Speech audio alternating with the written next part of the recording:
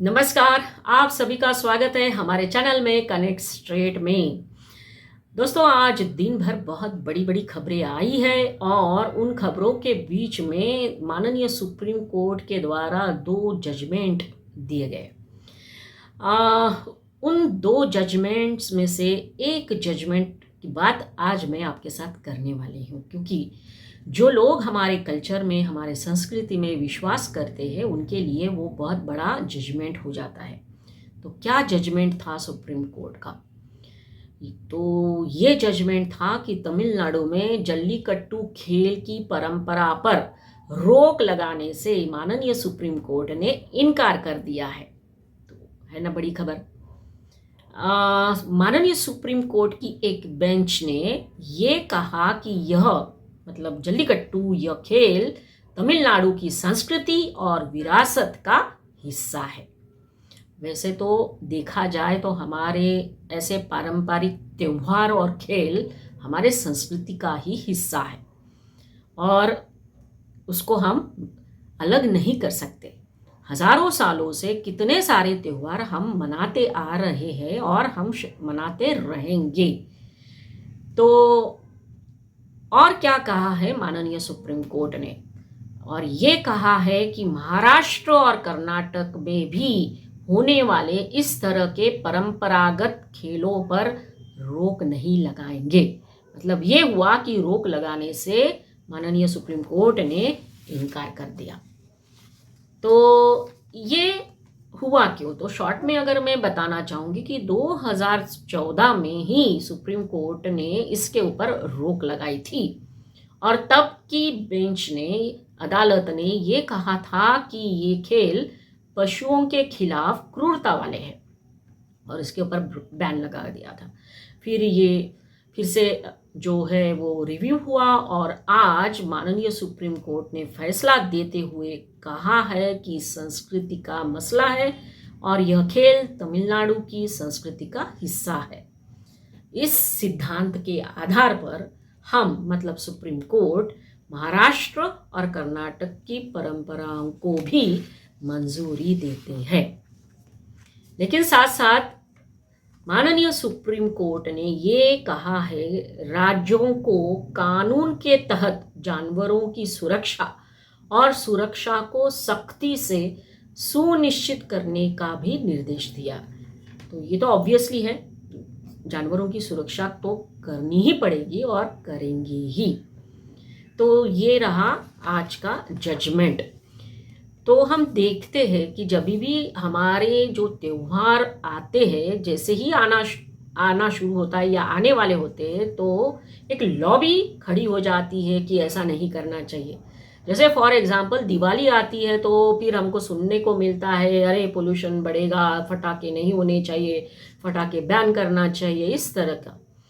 या फिर नवरात्रि जब आती है तभी भी, फिर गणेश फेस्टिवल आता है तभी भी। तो हमारे जो त्योहार है उसके खिलाफ ही कुछ लोग जो है इस तरह के जो कैंपेन चलाते हैं। अगर यहाँ जल्लीकट्टू की बात कर रहे हैं तो क्रूरता की बात उन्होंने की थी, तो क्या सिर्फ हमारे त्योहार के दौरान ही उनको क्रूरता देखने को मिलती है? ऐसे तो हमारे देश में बाकी त्योहार भी है जहाँ पे जानवरों के साथ बर्बरता या क्रूरता होती है, लेकिन उनके बारे में कोई नहीं बोलता।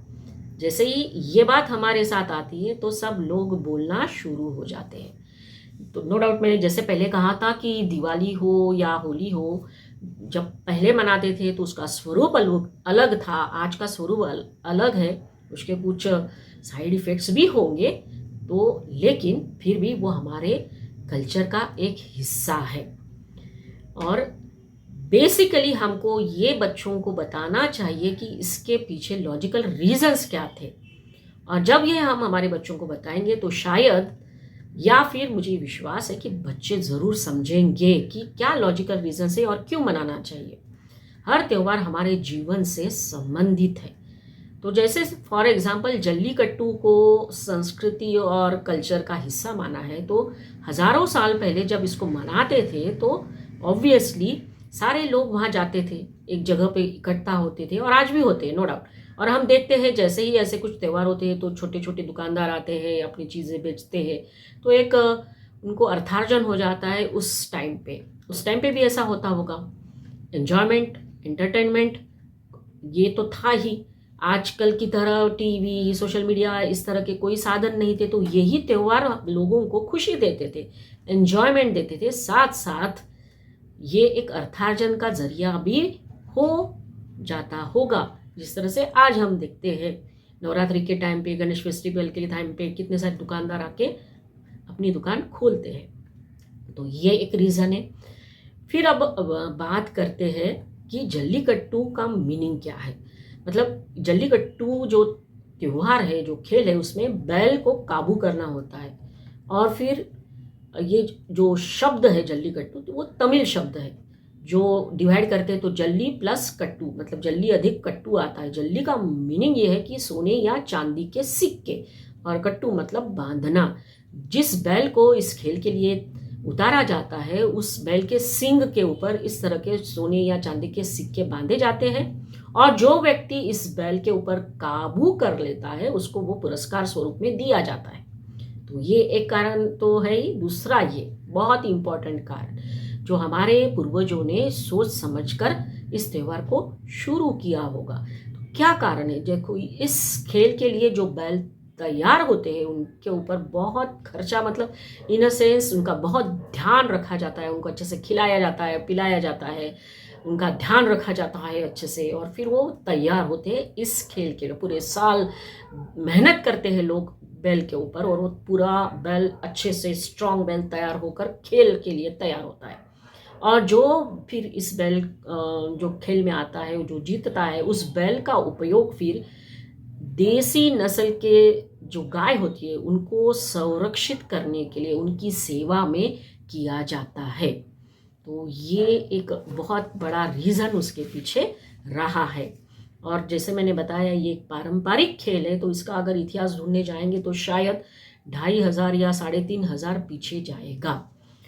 तो ये रहा अबाउट जल्लीकट्टू। इस तरह का जो खेल है वो कई वेस्टर्न कंट्रीज़ में खेला जाता है, और हम देखते भी। और जब उनको देखते हैं तो हम वाह वाह करते हैं, अरे हाँ, या वहाँ पे इस तरह का खेल खेला जाता है। लेकिन जब यहाँ है तो फिर इस तरह की बातें होती है। पर्टिकुलरली जो लॉबी इसके खिलाफ काम करती है वो। तो हमारे बच्चों को ज़रूर अपने कल्चर के बारे में बताइए, इस तरह के त्यौहार क्यों मनाए जाते हैं, उसके रीजंस बताइए, क्योंकि आने वाले जनरेशन को ये मालूम होना ज़रूरी है। क्योंकि हो सकता है कि 500 साल बाद, 300 साल बाद अगर इस तरह के खेल नहीं रहेंगे तो किताब में पढ़ेंगे कि भाई ऐसा इस तरह का खेल होता था, और वो विश्वास भी नहीं करेंगे फिर कि इस तरह के खेल खेले जाते थे हमारे देश में। तो ये बहुत बड़ा एक प्लस पॉइंट इन त्योहारों के पीछे रहा, कि रीजंस रहे हैं कि क्यों इस तरह के त्यौहार मनाए जाते हैं। और मुझे आशा है कि आपको आज का ये मेरा वीडियो पसंद आया होगा। अगर अच्छा लगा हो तो ज़रूर लाइक करिए, शेयर करिए, और जिन्होंने चैनल सब्सक्राइब नहीं किया है तो ज़रूर सब्सक्राइब कर लीजिए। फिर मिलेंगे नए टॉपिक के साथ, तब तक के लिए धन्यवाद।